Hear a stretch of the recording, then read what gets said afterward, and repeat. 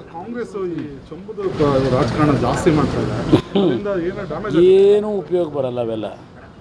ಈಗ ದೇವೇಗೌಡರು ಅಕ್ಷಯಪತೆ ತೋರಿಸಿ ಅಂತ ಹೇಳ್ತಾರಲ್ಲ, ಈಗ ಅಕ್ಷಯಪತೆ ನರೇಂದ್ರ ಮೋದಿ ಕೈನಲ್ಲಿದೆ.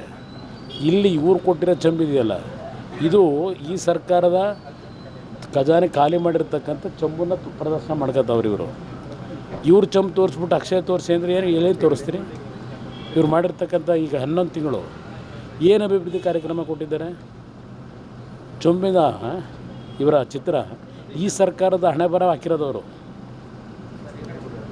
ಬೇರೆ ಚರ್ಚೆ ಮಾಡಿ ಸಿದ್ದರಾಮಯ್ಯನವರು ಹೇಳಿದ್ದಾರೆ, ಕುಮಾರಸ್ವಾಮಿ ಅವರು ಗೆಲ್ಲೋದೇ ಇಲ್ಲ, ಅಳಿಯ ಮೊಮ್ಮಗ ಮಗ.